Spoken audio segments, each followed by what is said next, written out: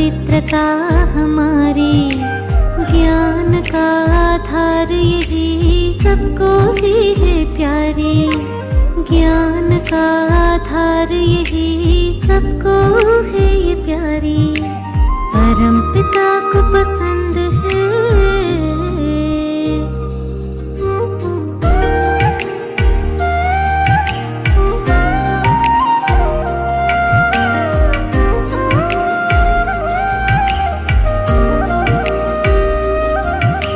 जन्म जन्म ढूंढा जिन्हें उनका ही साथ पाया, बाबा का ही प्यार अब हर दिल में है समाया।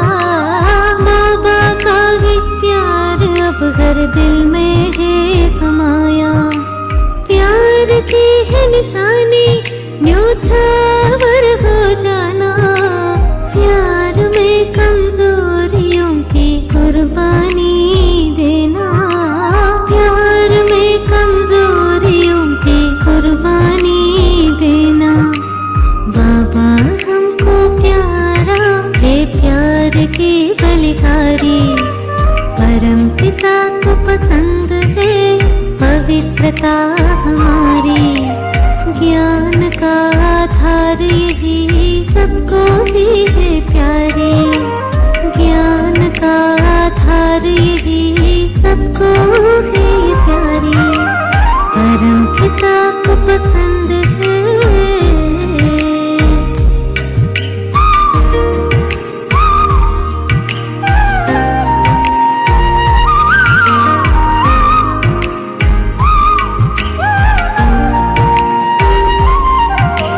पवित्रता हो जहाँ, निश्चय का बल हो वहाँ। सत्यता स्वच्छता से जीवन होगा खुशनुमा। सत्यता स्वच्छता से जीवन होगा खुशनुमा। अपनी विशेषता का अभिमान ही करना, संकल्प को कभी भी व्यर्थ नहीं गवाना। संकल्प को कभी भी व्यर्थ नहीं गवाना।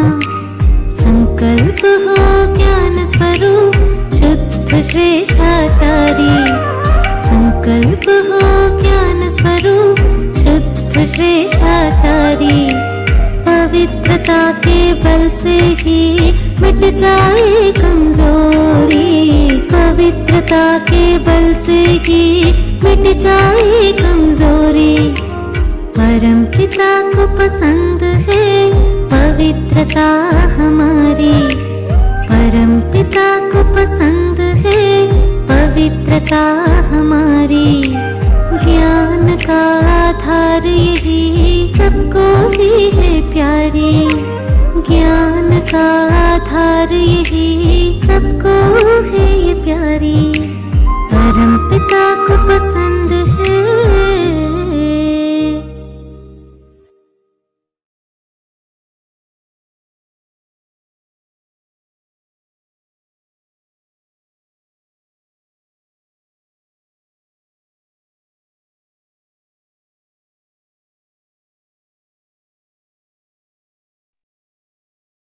ओम शांति।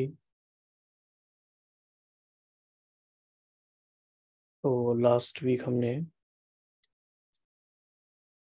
13 अगस्त तक के वरदानों का रिवीजन किया था इस मंथ का। आज उसके आगे चलेंगे।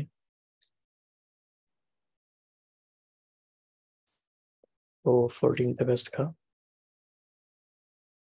कर्मयोगी बन, हर कार्य को कुशलता और सफलता पूर्वक करने वाले चिंता मुक्त भव। कर्मयोगी बन, हर कार्य को कुशलता और सफलता पूर्वक करने वाले चिंता मुक्त भव।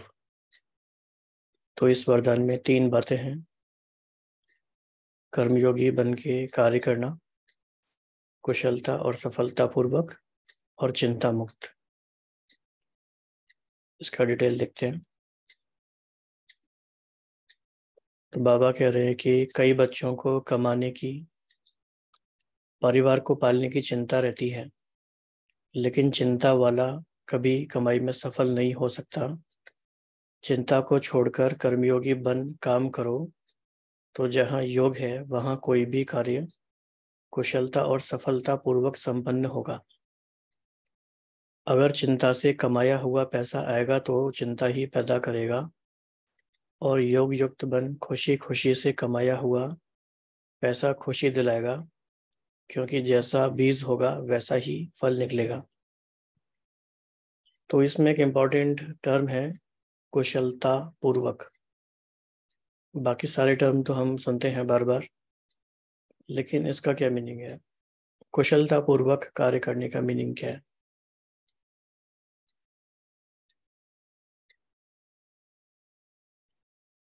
हाँ जी। कुशलता पूर्वक होता है स्किलफुली। बाबा हमारे को दो चीजें होती है, एक तो टैलेंट होता है और एक स्किल होता है। Talent is what we are born with, और स्किल होता है जो चीज हमें आती नहीं है लेकिन हम किसी की समझाने पे, किसी की लर्निंग से और निरंतर अभ्यास से उसको निपुणता हासिल करते हैं उसमें। तो बाबा की याद और बाबा से जब जुड़ते हैं हम, और ये मेरा पर्सनल एक्सपीरियंस और अनुभव है कि इतने सारे केसेस ऐसे होते हैं जिसमें मुझे ऐसा लगता है कि ये हो नहीं सकता, बहुत डिफिकल्ट है, या इसमें 2 सीटिंग लगेंगी। वो काम 15 मिनट में हो जाता है, और मैं भी हैरान होता हूँ ये कैसे हो गया। ये वर्चुअली पॉसिबल नहीं था, क्योंकि जो हमारे प्रोटोकॉल्स हैं, अगर हम उसमें एसओपीज भी देखते हैं ना, तो उस काम को करने में 45 मिनट लगते हैं कम से कम, बट वो 15 मिनट्स में हो जाता है। तो बाबा कुशलता पूर्वक वो काम करा देते हैं जब, और वो बाबा ही करा सकते हैं, और क्योंकि ईश्वरीय शक्ति है। तो ये मेरी अंडरस्टैंडिंग और इंटरप्रिटेशन है। ओम शांति।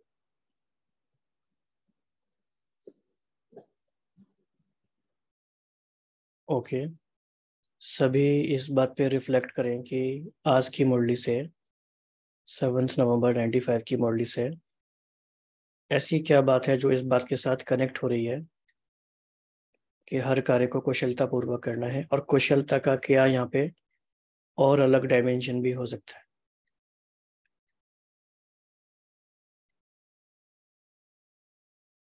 आज की मुरली से कैसे हम इस बात को कनेक्ट कर सकते हैं?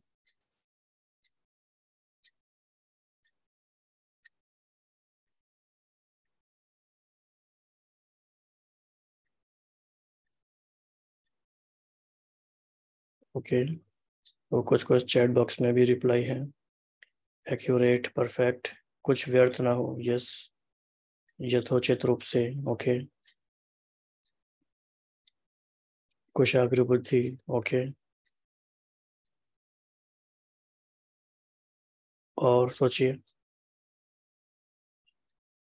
कर्मयोगी बन, कर्मयोगी बनने का कुशलता से क्या कनेक्शन है? और आज की मुरली में ऐसी कौन सी महावाक्य हैं जो कर्मयोगी बनने की तरफ हमें ले जा सकते हैं?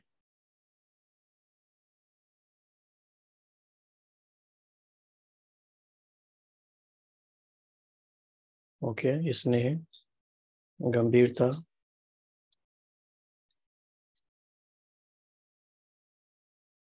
व्यर्थ मुक्त।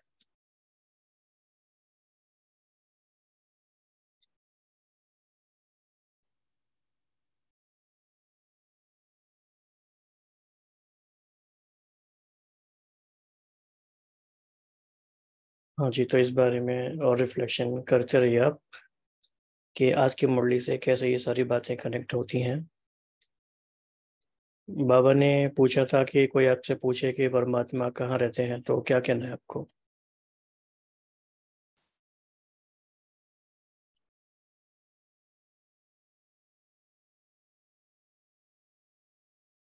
हाँ, तो बाबा हमारे साथ रहेंगे, मतलब सर्व शक्तियों का सागर हमारे साथ रहे, तो हम कर्मयोगी भी हो गए।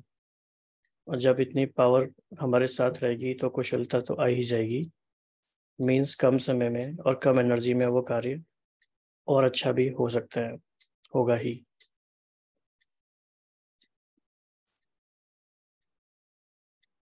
और जितना जितना हम गहराई से इन वरदानों पे मनन चिंतन करते जाएंगे, इसको अनुभव करते जाएंगे, तो हमें ऐसे ऐसे अनुभव होंगे जो हमने सोचा भी नहीं है, क्योंकि ये थोड़ा डीप रियल की बात है।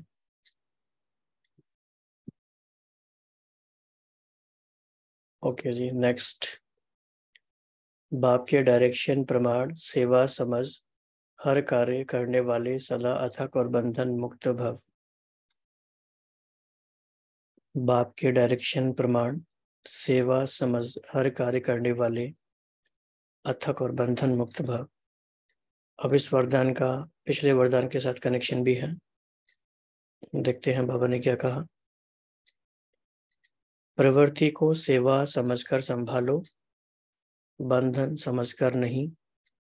बाप ने डायरेक्शन दिया है, योग से हिसाब किताब चुकतो करो।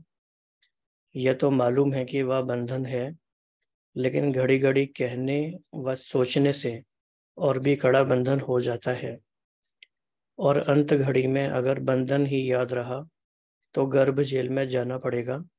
इसीलिए कभी भी अपने से तंग नहीं हो, फंसो भी नहीं और मजबूर भी ना हो। खेल खेल में हर कार्य करते चलो, तो अथक भी रहेंगे और बंधन मुक्त भी बनते जाएंगे।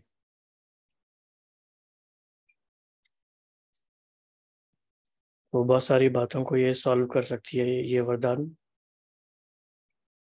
बाबा कह रहे हैं कि यह तो मालूम है कि वह बंधन है, लेकिन घड़ी घड़ी कहने से और सोचने से और भी कड़ा बंधन हो जाता है। तो भले ही हमें पता हो अवेयरनेस के रूप से, लेकिन बार बार वो कहने और सोचने में आता है तो और भी बड़ा रूप हो जाता है उसका। इसीलिए माइंडसेट चेंज करने के लिए बाबा ने कहा कि खेल खेल में हर कार्य करते चलो, तो अथक भी रहेंगे और बंधन मुक्त भी बनते जाएंगे। तो खेल खेल में हर कार्य करने के लिए हम कौन सी ऐसी बातें याद रखें जिससे कि हमें ये सारी बातें खेल लगे।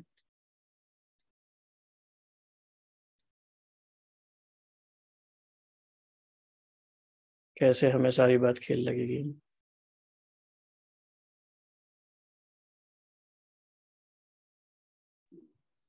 ओम शांति। इसमें मैं ईश्वरीय सेवा पर हूँ। जब बाबा की हम ये लाइन याद करते हैं तो हमें बंधन नहीं लगता, सेवा लगती है। पहले स्टार्टिंग में ज्ञान में ना ये प्रॉब्लम मुझे भी होती थी, जो बाबा ने बिल्कुल जो वरदान में बोला है ना, कि आप जितना ज्यादा सोचते हो आप उतना ज्यादा फंसते हो इसमें, और आप बहुत ज्यादा बोझ ले लेते हो कि मैं तो सेवा कर ही नहीं पा रहा हूँ। लेकिन जब मैंने इसको चेंज किया, दृष्टि को ही चेंज किया कि मैं बाबा की सेवा पे हूँ, ईश्वरीय सेवा पे हूँ। बाबा कहते हैं चैरिटी बिगिंस एट होम। तो पहले प्रवृत्ति की सेवा करो। तो मम्मा की एक मुरली है, मुरली में मम्मा ने भी ये एक्सप्लेन किया उसमें कि प्रवृत्ति ही पवित्रता है, पवित्रता ही प्रवृत्ति है। और बहुत गहरा मीनिंग था इसका। इसको अगर इसको किसी दिन और रियलाइज करेंगे इस चीज को। लेकिन यहाँ पे अगर हम ये अपने आप को सोच लें कि मैं बाबा की सेवा पे हूँ और सब मेरे आत्मिक भाई हैं, तो ये बोझ हट जाता है, क्योंकि सब काम बाबा के लिए कर रहा हूँ।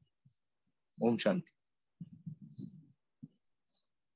ओम शांति। पवित्र आत्मा भाई जी, मेरी समझ में तो ऐसा आता है कि यदि हम साक्षी दृष्टा होकर के ही इसको सब देखेंगे और करेंगे तो वो खेल ही प्रतीत होगा और उसका प्रभाव हम पर नहीं पड़ेगा। ओम शांति।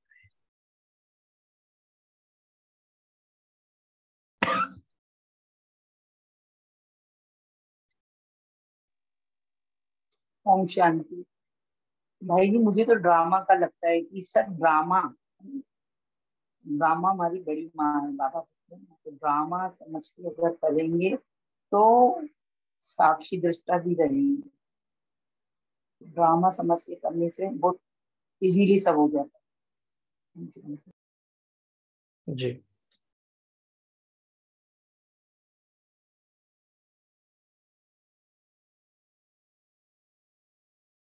तो जो भी पॉइंट हम बता रहे हैं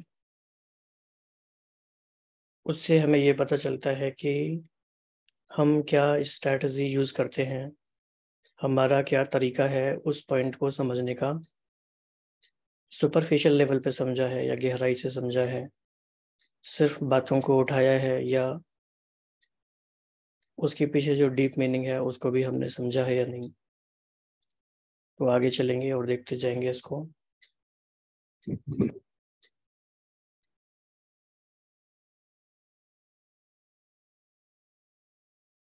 तो 16 अगस्त का वरदान था, अविनाशी अतीन्द्रिय सुख में रह, सबको सुख देने और सुख लेने वाले मास्टर सुखदाता भव। तो पूरे लास्ट 7 डेज को हम अपनी नजरों के सामने लाते जाएं, और बाबा ने जो है हमें इमेज दी है, इसको सामने लाए। अविनाशी अतीन्द्रिय सुख में रहे, सबको सुख देने और सुख लेने वाले मास्टर सुखदाता भव। तो हमारा जो एक्चुअल में स्थिति रही और बाबा ने जो हमें लक्ष्य दिया, उसमें कितना अंतर हमें दिखाई देता है या कितना नजदीक उसके हम हैं। तो ये चेकिंग करते जाएं, देखते हैं फिर बाबा ने क्या कहा। तो अतीन्द्रिय सुख अर्थात आत्मिक सुख अविनाशी है। इंद्रिय खुद ही विनाशी हैं, तो उनसे प्राप्त सुख भी विनाशी होगा। इसीलिए सदा अतीन्द्रिय सुख में रहो तो दुख का नाम निशान आ नहीं सकता। अगर दूसरा कोई आपको दुख देता है तो आप नहीं लो। आपका स्लोगन है, सुख दो सुख लो, ना दुख दो ना दुख लो। कोई दुख दे तो उसे परिवर्तन कर आप सुख दे दो, उसको भी सुखी बना दो, तब कहेंगे मास्टर सुखदाता। सुनने में तो ये कितनी इजी बात है, और सब सोचेंगे ये तो हमें पता ही है, ये तो हम जानते भी हैं और मानते भी हैं। लेकिन ईमानदारी से चेक करें, 7 डेज भी क्यों, सिर्फ 3 दिन का भी चेक कर लें कि किसी ने आपको दुख दिया तो आपने दुख लिया। कितना परसेंटेज आप लास्ट 3 डेज का कह सकते हैं कि आपने दुख नहीं लिया?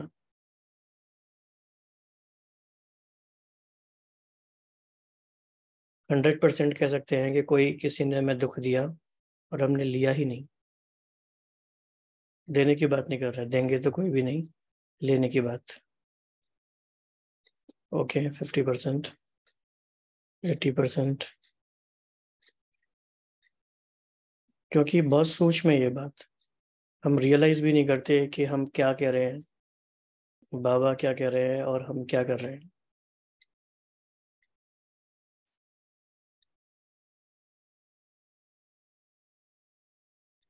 हाँ जी।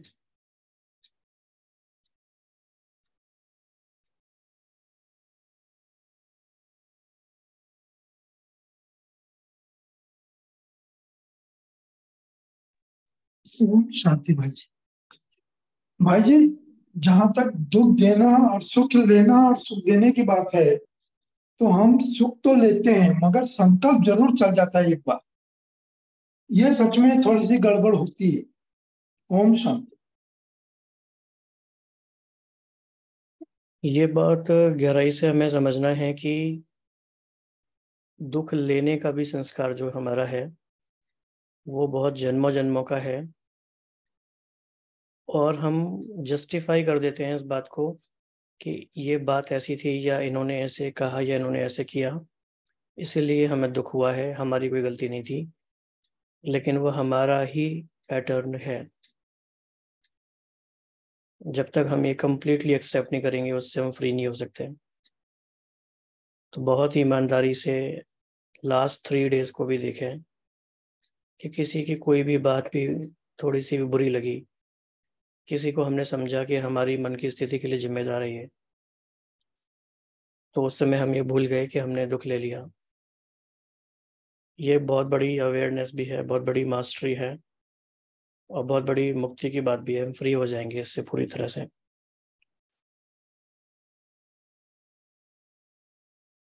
नेक्स्ट वरदान लेते हैं। सब कुछ बाप हवाले कर, संगम योगी बादशाही का अनुभव करने वाले अविनाशी राज तिलक अधिकारी भव। एक एक शब्द बाबा का हमारे अनुभव की गहराई में उतरता जाए।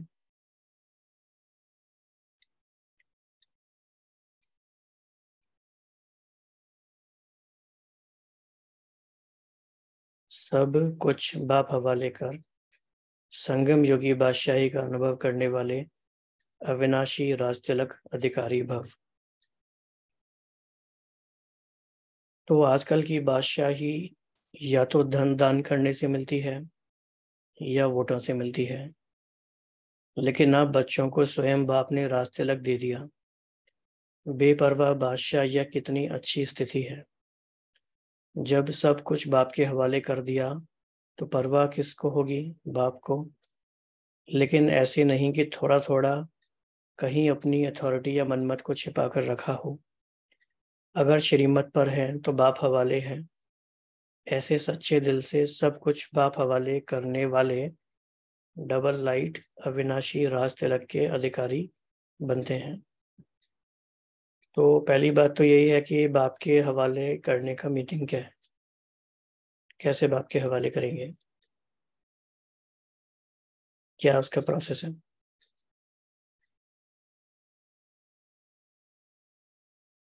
ट्रस्टी ओके ओके, और कैसे करेंगे?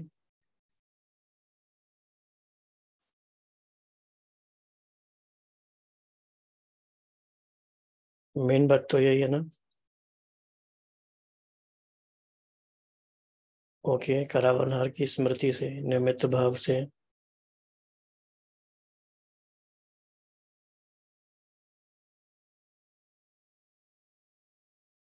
क्या सूक्ष्म मीनिंग है इस बात का?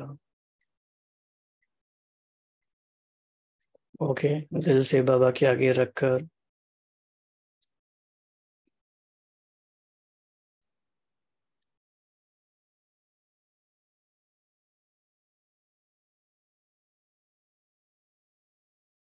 सोचिए। और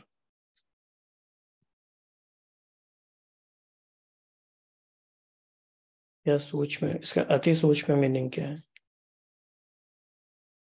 सब कुछ बाप के हवाले करने का मीनिंग क्या है?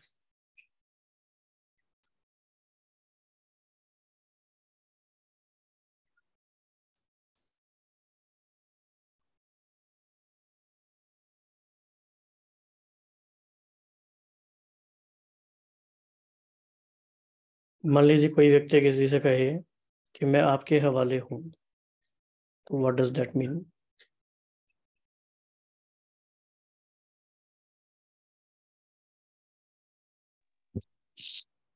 ओम शांति भाई जी।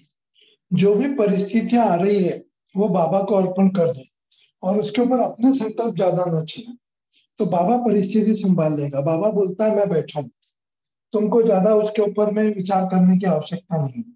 तुम मुझे याद करो, तुम्हारे लिए ये सोचने का काम भी मैं करूंगा। ओम शांति।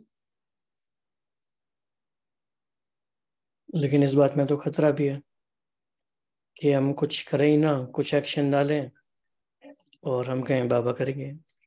नहीं भाई जी, उस परिस्थिति में जो भी जहां से भी समस्या आ रही है उसके प्रति शुभ भावना शुभकामना जरूर रखनी है, उसको सकाल भी देनी है, मगर उस समय परिस्थिति में उलझना नहीं। बाद में आप उसको समझाने दे सकते हैं, क्योंकि उस समय अगर आप समझाएंगे तो कोई समझेगा नहीं। ओम शांति। ओम भाई शांति। जी, इसको ऐसे समझ सकते हैं कि जैसे एक एम्प्लॉयर एम्प्लॉय का जो मॉडल होता है, तो जो बिजनेस होता है या जो भी एस्टेब्लिशमेंट होती है वो एम्प्लॉयर की होती है। तो एम्प्लॉय क्या होता है, वो निर्बोझ काम करता है, वो उसको रिस्पॉन्सिबिलिटी नहीं है, तो वो ना बिल्कुल फ्री होके काम करता है। लेकिन जो एम्प्लॉयर होता है ना, रिस्पॉन्सिबिलिटी उसके ऊपर होती है, उसकी जवाबदेही है सामने वाले की। तो जब हम ट्रस्टी बन जाते हैं या सब कुछ बाबा करा रहा है इस फीलिंग में, लेकिन उसके लिए पूरी समर्पणता और निश्चय बुद्धि चाहिए। क्योंकि अगर डाउट आया ना तो फिर बार बार बोझ आता है कि होगा या नहीं होगा, क्योंकि एक बार भी वो बुद्धि में आ गया तो फिर वो डाउट में आ गए। तो इसके लिए 100% वो इस संपूर्ण समर्पणता और निश्चय बुद्धि चाहिए कि बाबा बैठा है, वो करा रहा है, और ड्रामे का जो सीन आया ना वो कल्याणकारी है, जो हो रहा है वो अच्छा है, और जो होगा और भी अच्छा है। तो जब इसको हमने एक्सेप्ट कर लेते हैं माइंड में, तो हम फिर भारी नहीं होते। क्योंकि बाबा ने एक जो ऐसे थे ब्रह्मा बाबा, उसमें चैप्टर भी जो है बेफिक्र बादशाह, तो उसमें बोला था जहाँ फिक्र है वहां कहीं ना कहीं अप्राप्ति है। तो अगर अंदर से भरपूर नहीं है, अप्राप्ति है, तो फिक्र सताएगी सताएगी। लेकिन अगर हम बाबा से भरपूर हैं और हमारी निश्चय बुद्धि है, तो फिर जो ट्रस्टीपन वाली जो चीज है ना, वो अनफोल्ड होती है और आपका बाबा पे संपूर्ण निश्चय होता है। क्योंकि पुरुषार्थ आप कर रहे हो, पुरुषार्थ से आप मुंह नहीं मोड़ सकते। अगर आप पुरुषार्थ से मुंह मोड़ते हो तो आपको अलवेलापन होगा। ओम शांति। ओके, तो इस पॉइंट को समझने के लिए एक और एग्जांपल यूज करते हैं। ये कोई व्यक्ति ये कहता है कि मेरा सब कुछ मेरा देश के हवाले है, तो इसका क्या मीनिंग हुआ?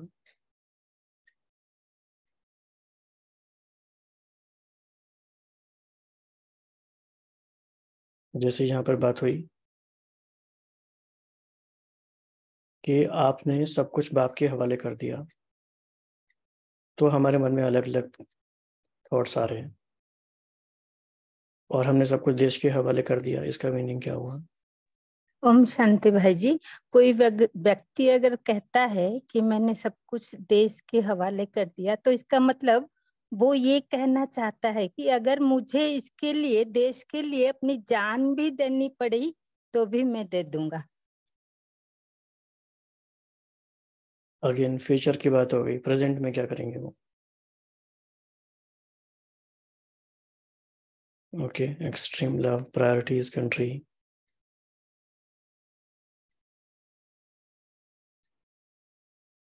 ओके, किसी को कोई और इसमें थॉट आता है?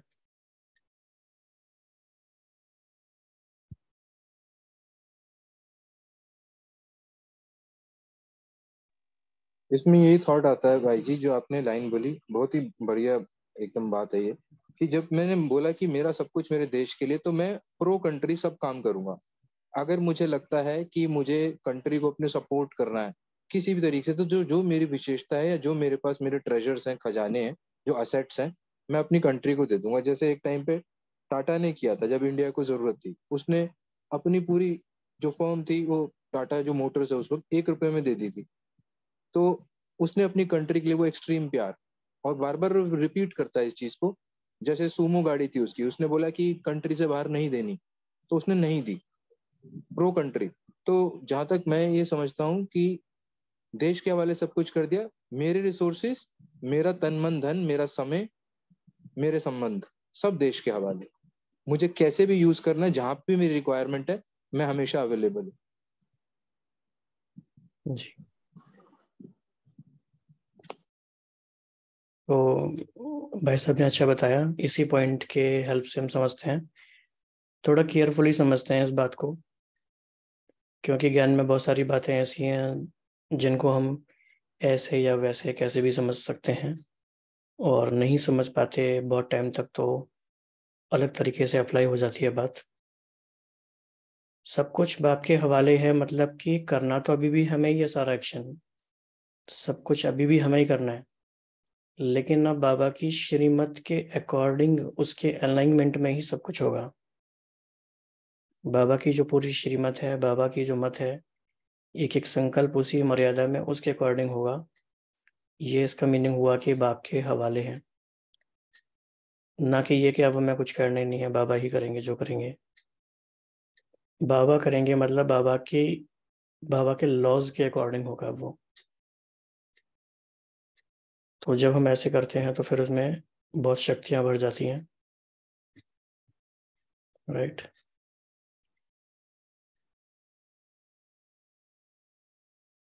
ओके, तो बाबा और क्या कहना चाहते हैं समझते हैं।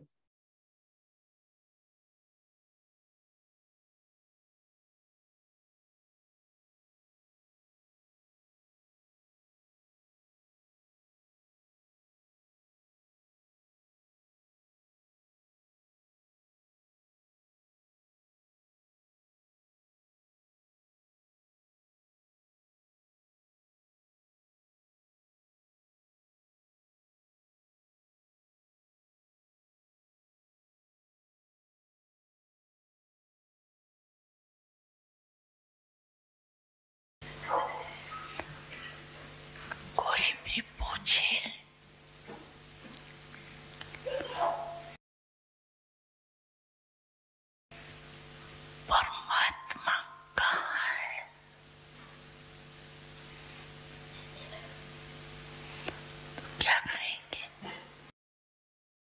आवाज आ रही है? क्लियर है?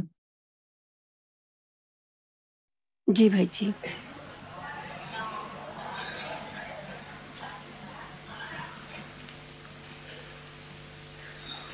मेरे साथ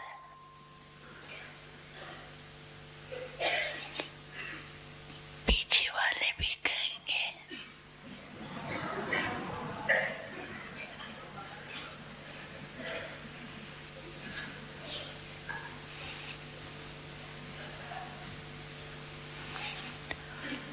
फलक से कहेंगे,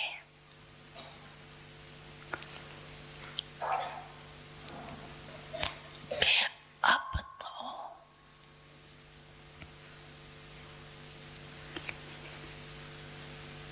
बाप भी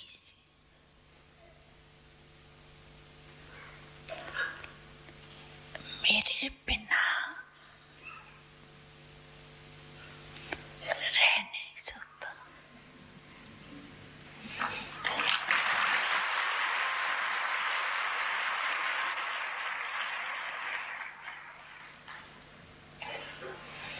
रह सकता है।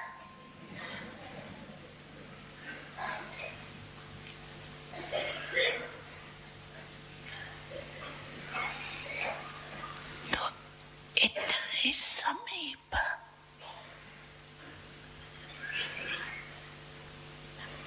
बन गए हो, साथी बन गए।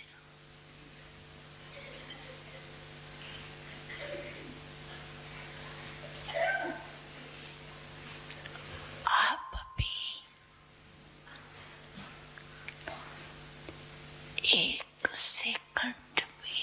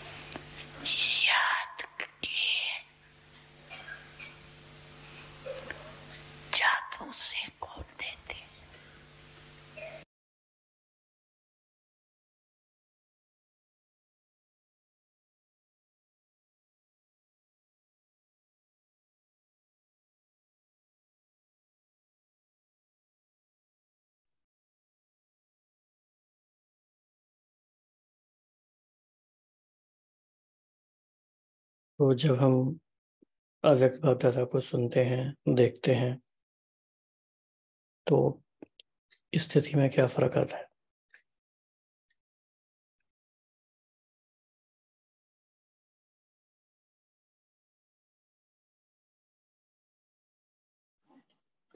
ओम शांति। बहुत जल्दी अशरीरी हो जाता हूँ मैं। मुझे अपनी सराउंडिंग्स का नहीं पता लगता, क्योंकि एक फोकस बहुत जल्दी हो जाता है और बहुत डीप कनेक्ट होता है एकदम से। वाइब्रेशंस आती हैं बहुत ही बढ़िया।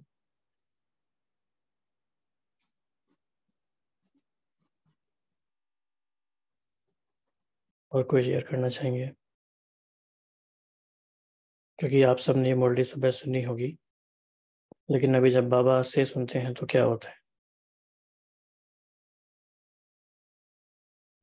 ओम शांति भाई जी। मुझे बस बाबा की आवाज सुनाई देती है और कुछ भी दिखाई नहीं देता। ओम शांति।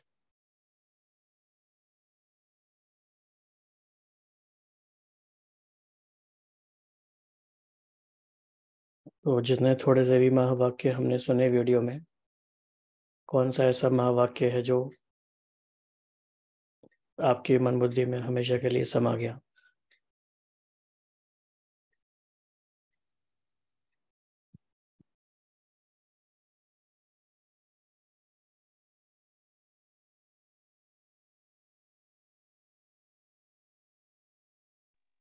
बाबा ने कहा कि इतने पास हो और इतने साथ हो कि अब तो मैं भी आप लोग के बिना नहीं रह सकता। ये बात मुझे बहुत गहरी लगी कि भगवान कहता है कि वो हमारे बिना नहीं रह सकता। ओम शांति। तो आप सबको ये बात अनुभव में आई है? क्योंकि सुनना तो अलग बात है, अप्रिशिएट भी करते हैं कि ये बात बहुत अच्छी है, लेकिन एक्सपीरियंस के लेवल पे आना सोचने वाली बात है, हैरान होने वाली बात भी है कि ऐसा कैसे। और कौन सा पॉइंट इस छोटे से वीडियो में आपको ऐसा लगा जो बहुत गहरा है?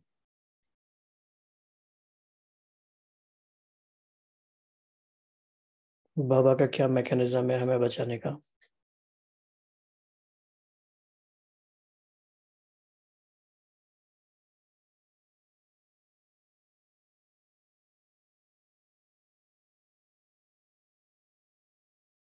कैसे बाबा हमारी आंखें खोलते हैं जब माया आंख बंद कर देती है? तो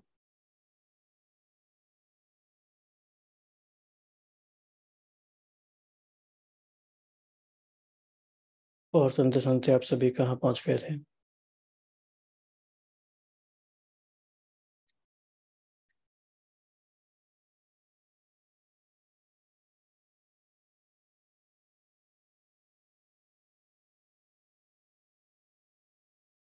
ये परमधाम, परमधाम या ओम शांति भवन। ठीक है जी, आगे बढ़ते हैं।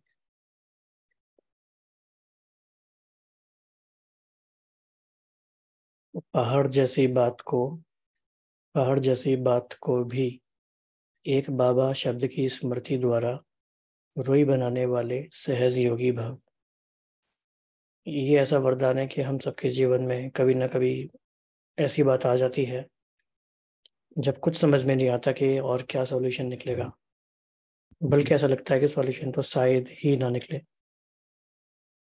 लेकिन आप सबका ये अनुभव भी होगा कि पहाड़ जैसी बात भी एक बाबा शब्द की स्मृति से, मतलब उस स्मृति की समर्थी से रुई जैसी बन जाती है।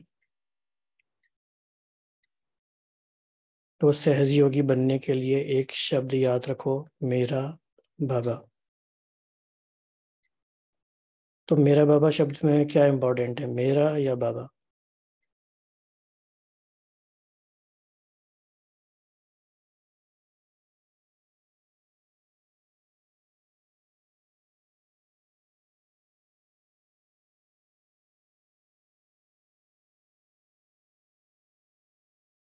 ओके।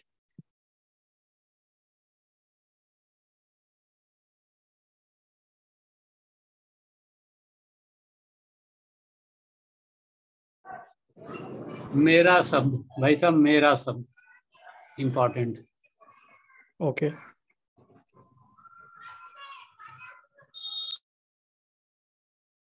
तो कोई भी बात आ जाए, हिमालय पहाड़ से भी बड़ी बात बड़ी हो, लेकिन बाबा कहा और पहाड़ रुई बन जाएगा। राई भी थोड़ी मजबूत कड़क होती है, रुई नरम और हल्की होती है। तो कितनी भी बड़ी बात रुई समान हल्की हो जाएगी। दुनिया वाले देखेंगे तो कहेंगे यह कैसे होगा, और आप कहेंगे यह ऐसे होगा।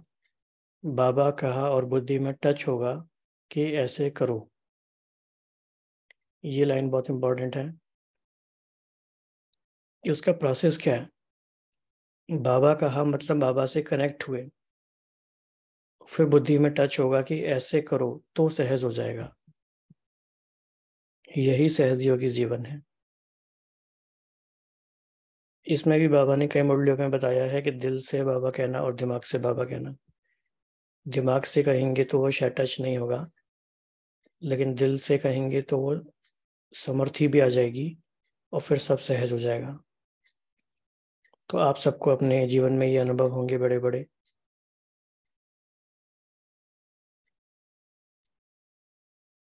जी भाई जी, मेरा बाबा ये शब्द याद आते ही आप कैसी भी परिस्थिति में हो, इमीडिएट बाबा आपको कुछ न कुछ टचिंग देता है, और आप उस हिसाब से अगर करते हैं तो आपकी कितनी भी बड़ी परिस्थिति हो, वो कितनी हल्की हो गई आपको समझ में भी नहीं आए। ये मैंने जीवन में बहुत बार अनुभव किया है। ओम शांति। जी।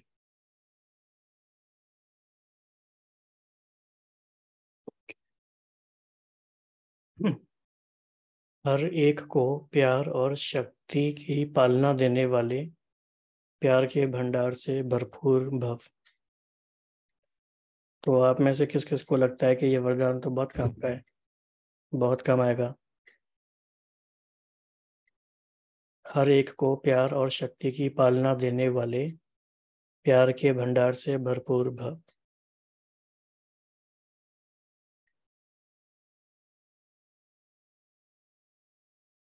किस किस को लगता है कि ये बहुत ही यूजफुल है, और कैसे है।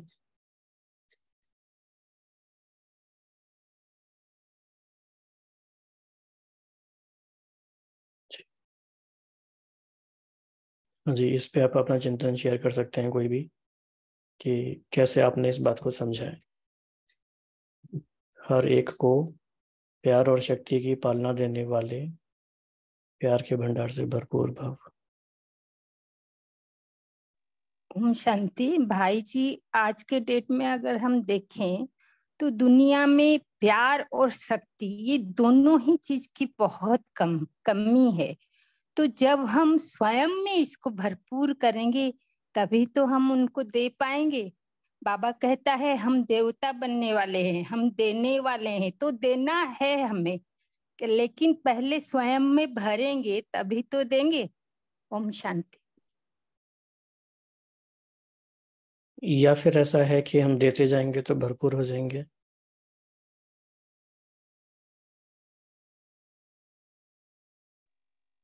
ओम शांति। भाई जी, प्यार जीवन में एक ऐसी चीज है कि जिससे किसी भी आत्मा को इजीली जीता जा सकता है। और जितना भले कोई आत्मा कैसी ही हो, अगर आप अनकंडीशनल प्यार करते रहते हैं तो निश्चित रूप से उसमें भी परिवर्तन आ जाता है। जैसे माता ने कहा, उसके लिए पहले खुद को भरपूर होना जरूरी है। ये बिल्कुल जरूरी है।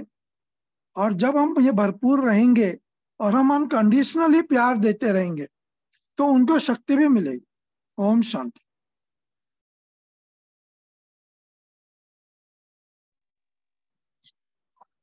ओम ओम शांति भाई जी। ओम शांति। हाँ जी, ओम शांति। संगम युग पर बाप द्वारा हम बच्चों को हर दिन खजाना से भरपूर करते हैं बाबा। तो बाबा तो हम बच्चों को इतनी खजाना भरपूर कर रहे हैं, तो बाबा बोलते हैं जितना बांटोगे उतना तुमको पद्म गुना मिलते जाएगा। तो जो बाबा से मिलता है वो अपने अंदर हम भरते जाते हैं, और हम यही उम्मीद करते हैं कि जो भी मेरे सामने मिले, बाबा ने आज हमको क्या दिया है, वो हम अगर शेयर करते हैं, खुद में अपने अंदर भर के दूसरे को बताते हैं, तो मेरा पदम गुना और ज्यादा बढ़ते जाएगा। ओम शांति।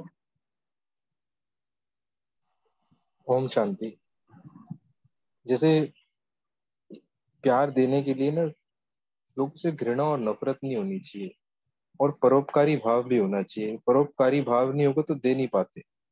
लेने की एक्सपेक्टेशन नहीं होनी चाहिए। अगर दे रहे हैं ना तो ये नहीं होना चाहिए कि मैं कर रहा हूं तो मेरे को सामने से कुछ मिले भी इन रिटर्न। ये निस्वार्थ होना चाहिए। और उसके लिए कहीं ना कहीं आप में वो दिव्य गुण होना चाहिए कि आप सबको समदृष्टि से देखते हो। समदृष्टि वही आत्मिक भाव से ही आती है। तो प्यार हम तभी दे पाते हैं, क्योंकि अगर मैं इसको प्रैक्टिकली बात कर रहा हूँ कि अगर कोई मतलब हमसे नीचे है, कोई अंडर प्रिविलेज लोग भी आते हैं हमारे साथ जो वर्क करते हैं, लेकिन अगर हम उसको आत्मा नहीं देखते और कहीं ना कहीं वो हीनता वाला भाव आ जाता है ना, या ऐसा आता है ये तो मेरे लिए काम कर रहा है या वो, तो प्यार नहीं दे पाएंगे।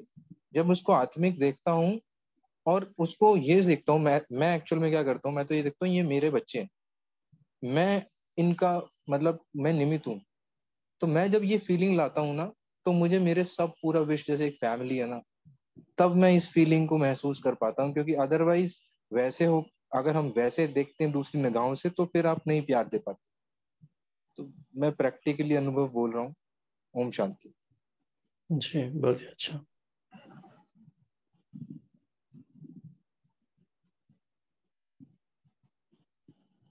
ओम शांति भाई जी। अगर आप किसी को कुछ देते हो और बहुत ज्यादा देते जाते हो, तो आपके सामने वाले जिसको आपने दिया उसको भी धीरे धीरे वो एक प्रवृत्ति तैयार होती है कि मुझे भी देना है उसको। तो नेचुरली हम अगर प्यार और शक्ति किसी को देते जाएंगे, अपने व्यवहार से, अपने बातों से उनको हौसला बढ़ाएंगे या कुछ ना कुछ देते जाएंगे, तो उनको भी धीरे धीरे मेरे प्रति प्यार ये लौटाना, ये लौट के आना, ऐसा लौट के आएगा। तो यही बाबा कह रहे हैं कि हम हर एक को प्यार और शक्ति की पालना अगर हम देंगे, तो प्यार के भंडार से भरपूर हो जाएंगे। तो वहां से भी मुझे रिटर्न मिलेगा, बाबा से तो मिलेगा ही, प्यार स्वरूप बनने से या शक्ति स्वरूप बनने से बाबा से तो मिलेगा ही, जिनको दे रहे उधर से भी मिलेगा। यही चिंतन चले। ओम शांति। ओके।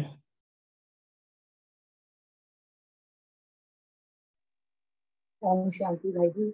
जो अभी बहन ने बोला उसमें मैं थोड़ा सा एडिटिंग करना चाहूंगी। मैं ये बोलना चाह रही हूँ कि हम लेने की भावना से नहीं दें। जिसको भी देना है, जो भी देना है, हम अगर ये इच्छा रख के देते हैं कि हमें वहां से रिटर्न आएगा, तो ये भी तो एक इच्छा हुई ना। तो इच्छा हमें अच्छा बनने नहीं देती। बाबा क्या बोलते हैं, इच्छा हमें अच्छा बनने नहीं देती। तो ये इच्छा नहीं रखनी है कि हमें रिटर्न मिलेगा। ओम शांति।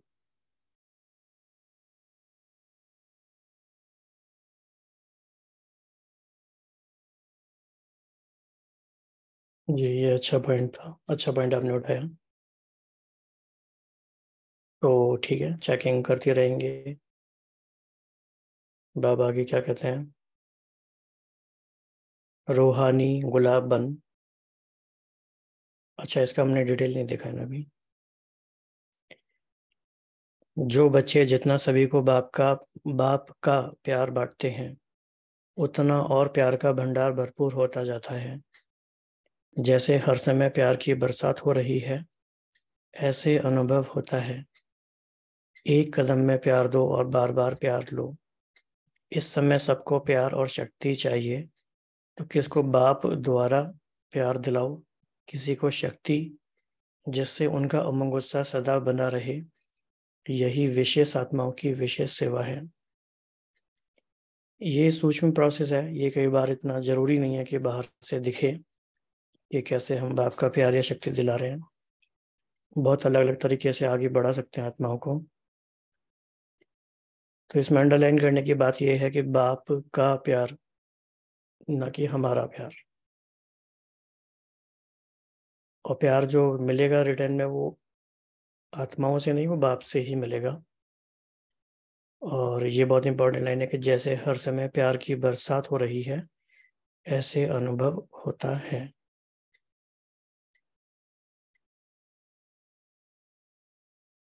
तो ऐसे अनुभव होता है।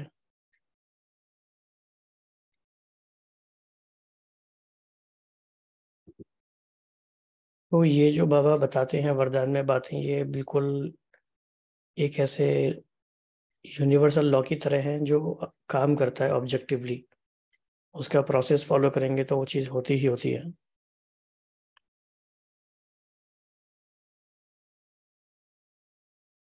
हाँ जी, ओके।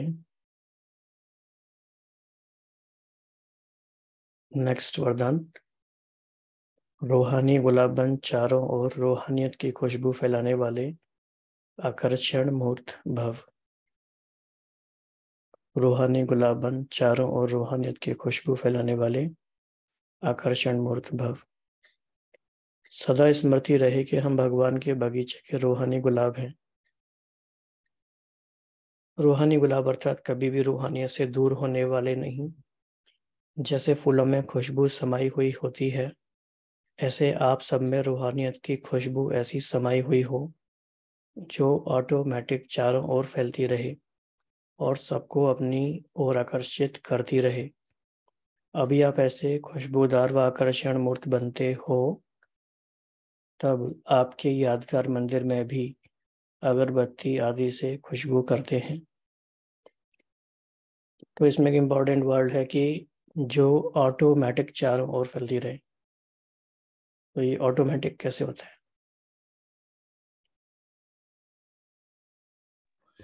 ओम शांति पवित्र आत्मा भाई जी। सबसे पहले तो हमें रूहानियत और रूह गुलाब को समझना होगा। इसके लिए तो जो रूह होती है, रूह यानी आत्मा, उसके 7 गुण होते हैं, 7 वैल्यूज ऑफ सोल। तो जो है बाबा ने गुलाब ही क्यों चुना?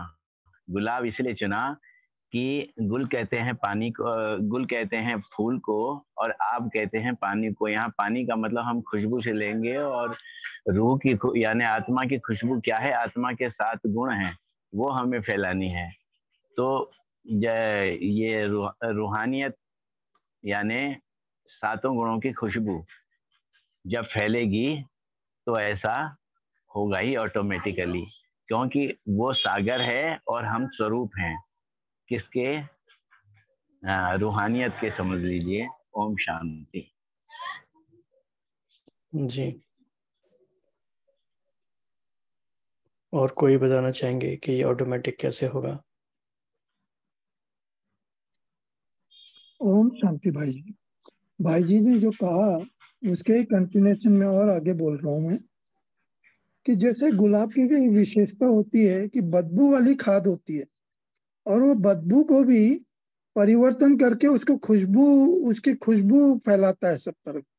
ऐसे ही कैसी भी परिस्थितियां हो, मगर हर परिस्थिति में हमारी रूहानियत की जो विशेषताएं हैं वो चारों ओर फैलती रहे।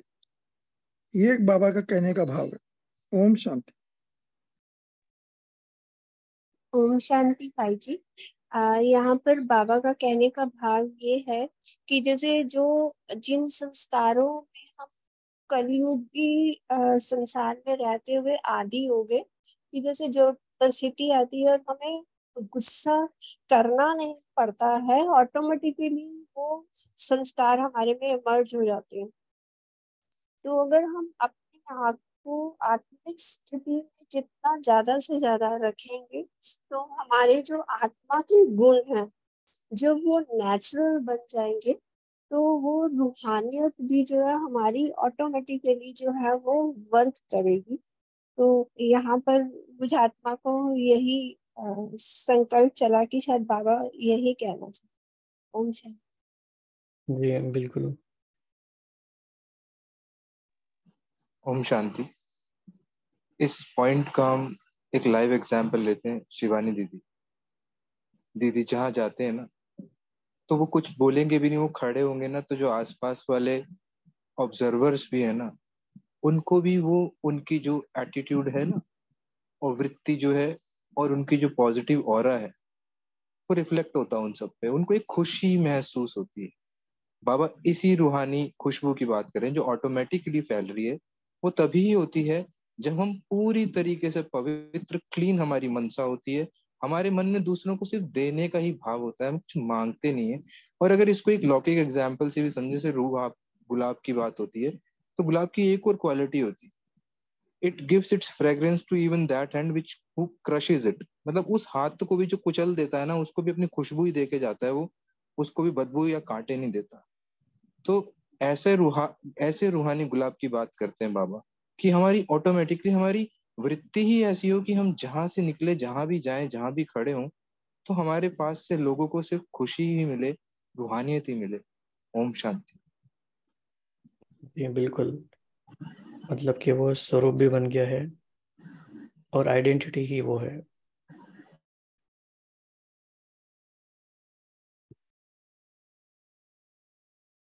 जी, नेक्स्ट लेते हैं।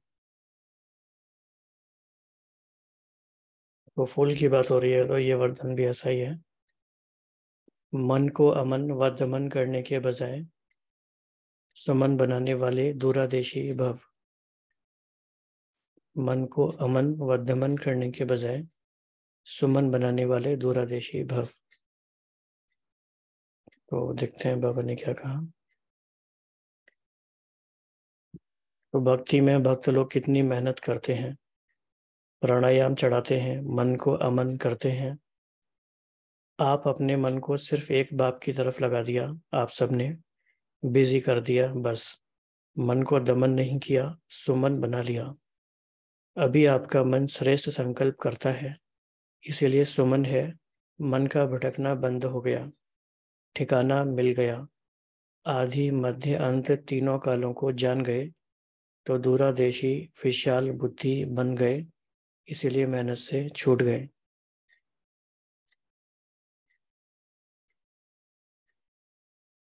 तो सुमन, जो मन सुमन है वो कौन सा है? जो श्रेष्ठ संकल्प करता है और जिसको ठिकाना मिल गया और जो तीनों कालों को जान गए, विशाल बुद्धि बन गए। जी, तो आज की मुरली में एक और पॉइंट था बहुत अच्छा, कि व्यर्थ संकल्प आने के क्या क्या कारण बनते हैं।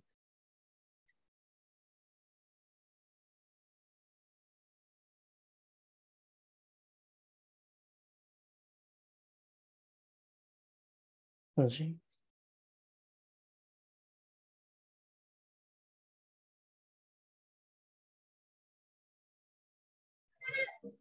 ओम शांति भाई जी।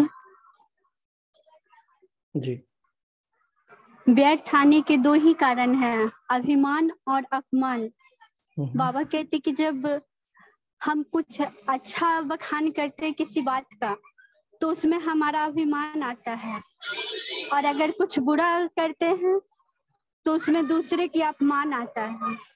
तो अभिमान और अपमान को अगर हम छोड़ दें तो हमारा व्यर्थ खत्म हो जाएगा। तो बाबा ने आज हम बच्चों से यही कहा है कि अभिमान और अपमान को हम पे निछावर कर दो।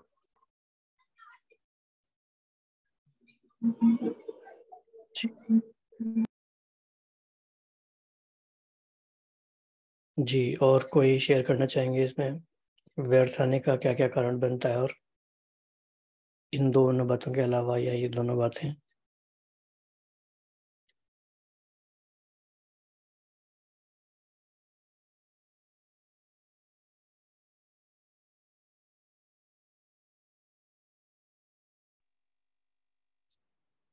ओम शांति। ओम शांति भाई। आज बाबा ने ये भी कहा कि जो भी व्यर्थ संकल्प विकल्प आते हैं वो पांचों विकारों के कारण ही आते हैं। 5 विकार जो हैं वो भी व्यर्थ संकल्प बनने का कारण है। आपकी दृष्टि वृत्ति यदि पवित्र नहीं है, उसमें वो है, तो उसके कारण भी आपके व्यर्थ विचार चलते हैं। ओम शांति। ओम शांति। तो एक तो जब हम देह अभिमान में रहते हैं तब भी व्यर्थ बहुत आता है। और जैसे अगर बहुत सारे और भी स्थूल और सूक्ष्म रीजन, जैसे कि अगर मान लो नींद कम है, तो भी हमारा इतने समर्थ और संकल्प करने के लिए माइंड फ्रेश नहीं रहता है, और फिर वो लूप में आ जाते हैं। एक बार अगर नेगेटिव या कोई भी नेगेटिव नहीं, बट अगर वैसा वेस्ट थॉट क्रिएट किया तो वो और भी वेस्ट में चला जाता है। और दूसरा अगर कहें तो वो कार्मिक अकाउंट भी कहीं ना कहीं वो प्ले करता है कि हम अगर व्यर्थ सोच रहे हैं, बट मेनली तो देह अभिमान में जितना रहते हैं उतना हमारा व्यर्थ चलता है। ओम शांति। व्यर्थ संकल्पों का एक सबसे बड़ा जो गेट है वो है प्रदर्शन, परचिंतन और पुराना चिंतन। ये तीनों में हम जब चले जाते हैं तो कांटों के जंगल में चले जाते हैं। ओम शांति। ओके, बाबा से समझते हैं बाबा क्या कह रहे हैं।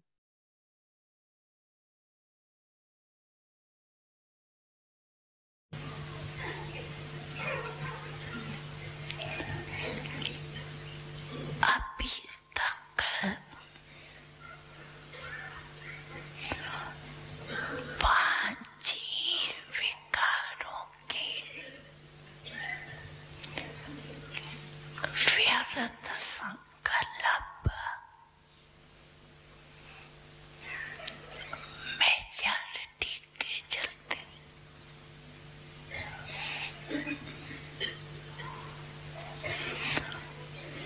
फिर चाहे कोई भी विकार हो,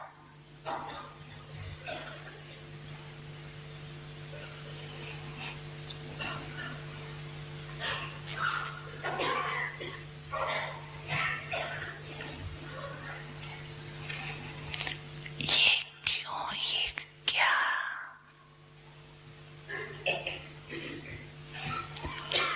ऐसा होना नहीं चाहिए, ऐसा होना चाहिए।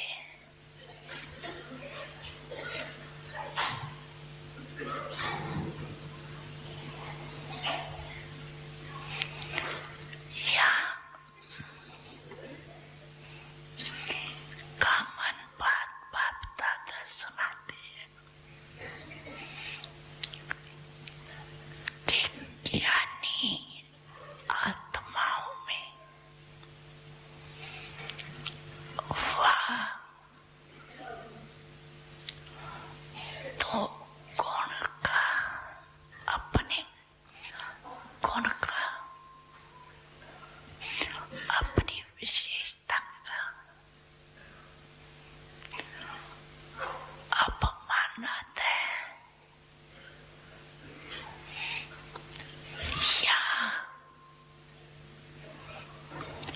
तो जितना आगे बढ़ते हैं उतना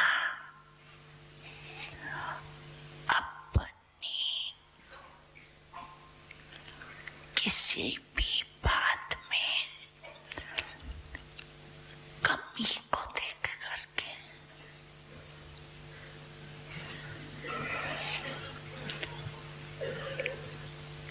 कमी अपनी पुरुषार्थ की नहीं, लेकिन नाम में, मान में, शान में, पूछने में, आगे आने में, सेंटर इंचार्ज बनाने में, सेवा में विशेष पाठ देने में, ये कमी, ये भी व्यर्थ संकल्प का विशेष ज्ञानी आत्माओं के लिए बहुत नुकसान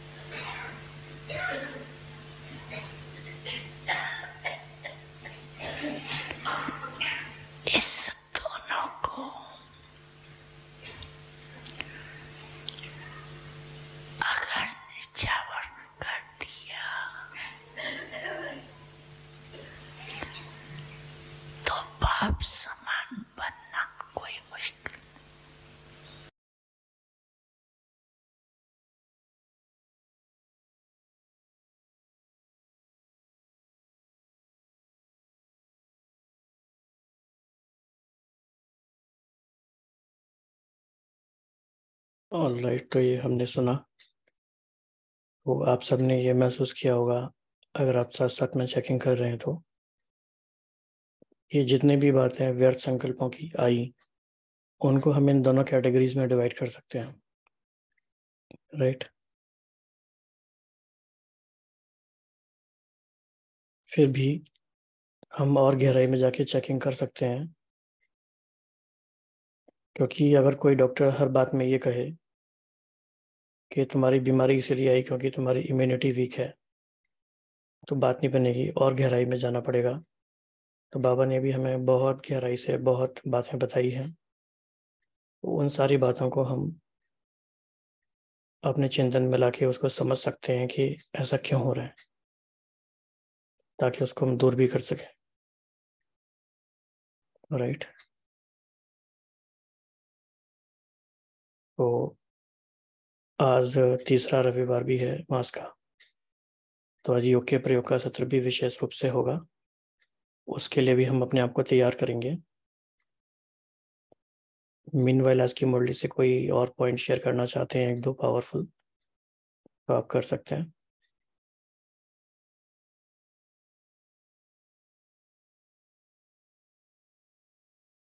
आज की मुरली से विशेष पॉइंट जो आपको बहुत विशेष टच किया और योग के लिए हेल्प करेगा।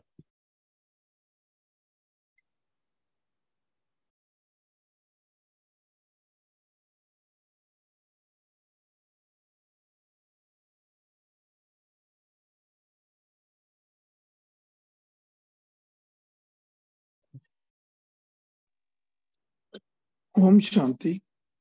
आज की मुरली में बाबा ने कहा कि संकल्पों की पवित्रता को प्रैक्टिकल में धारण करना, ये मुझे बहुत गहरा पॉइंट लगा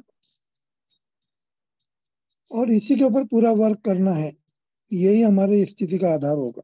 ओम शांति। जी,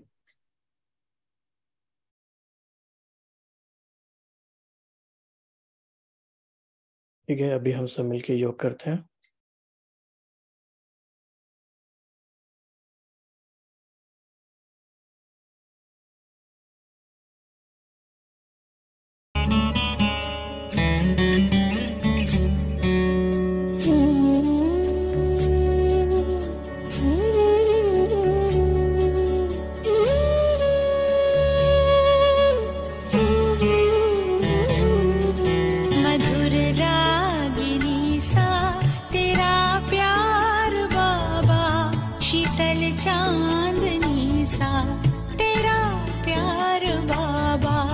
मधुर रागिनी सा